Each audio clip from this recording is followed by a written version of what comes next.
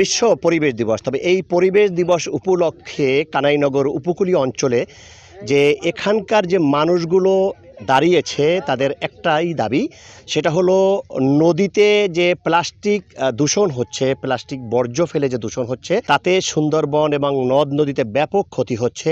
এ পর্যন্ত আমাদেরকে যে তথ্যটি তারা জানিয়েছে, নদী খালে প্রায় 17 প্রজাতির মাছের পেটে মাইক্রোপ্লাস্টিকের কণা পাওয়া গেছে এবং এই মাছগুলো যখন আমরা উপকূলীয় মানুষ যখন বাজার থেকে কিনে খাই এবং এই প্লাস্টিকের কণা আমাদের শরীরে যাওয়ার পরে মরণঘাতী ক্যান্সার সহ বড় বড় রোগাক্রান্ত হচ্ছে এই উপকূলীয় অঞ্চলের মানুষ। সুন্দরবন সংলগ্ন নদ নদী, সুন্দরবনের প্রাণ পশুর নদী আজকে প্লাস্টিক পলিথিন দূষণে আক্রান্ত, প্লাস্টিক পলিথিন দূষণে বিপর্যস্ত।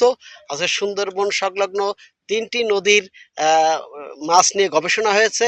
এখানে ব্রাজিলের 3টি বিশ্ববিদ্যালয় এবং আমাদের দেশের 7টি বিশ্ববিদ্যালয়ের যৌথ গবেষণায় এই পশুর নদীর 17 প্রজাতির মাছের দেহে মাইক্রোপ্লাস্টিকের কণা পাওয়া গেছে।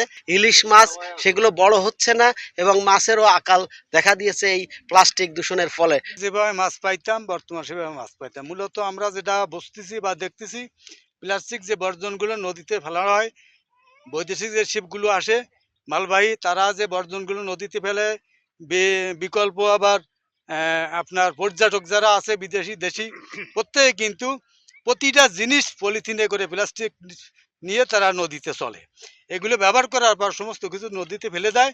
এগুলো পরিবেশের যে ক্ষতি করে, সেই ক্ষতির যে সমস্যাগুলো আমরাই উপভোগ করি। পানি দূষণ হয়ে যায় বা প্লাস্টিকগুলো মাছে খাচ্ছে, ওই মাছগুলো তো আমরা খাচ্ছি, এতে আমাদের রোগ আক্রান্ত হচ্ছে। অন্তর্বর্তী সরকারকে আমি অনুরোধ করব যে প্লাস্টিকের বিকল্প এমন কিছু তৈরি করার জন্য যেটা আমাদের দৈনন্দিন জীবনে, যেটার মাধ্যমে আমাদের পরিবেশ সুরক্ষা পাশাপাশি আমাদের স্বাস্থ্যগত যে আমাদের যে সমস্যা, সেটার বিকল্প যেন আমরা যেন একটা ব্যবহার করতে পারি। নদীতে যাতে প্লাস্টিক বর্জ্য না পড়ে, সেটার প্রতি যদি এখনই ব্যবস্থা না নেওয়া হয়, তা ভবিষ্যতে কিন্তু এটা চরম আকার ধারণ করবে। যেই মানুষগুলো অবস্থানে তাদের দাবি হলো আমাদের বিশ্ব ঐতিহ্য সুন্দরবনকে বাঁচাতে হলে, আমাদের এই অঞ্চল বাঁচাতে হলে, এই অঞ্চলের মানুষকে বড় ধরনের রোগাক্রান্ত থেকে বাঁচাতে হলে পরিবেশ ঠিক রাখতে হবে, প্লাস্টিক বর্জন করতে হবে এবং নদী দূষণ যে প্লাস্টিক বর্জন এবং প্লাস্টিক যেন কোনো রকম নদীতে ফেলা না হয় সেগুলো থেকে লক্ষ্য রাখা সহ, এই প্লাস্টিক এই মুহূর্তে যদি এইগুলো বর্জন করা না হয়, তাহলে ভবিষ্যতে আমাদের ভবিষ্যৎ প্রজন্ম কিন্তু হুমকির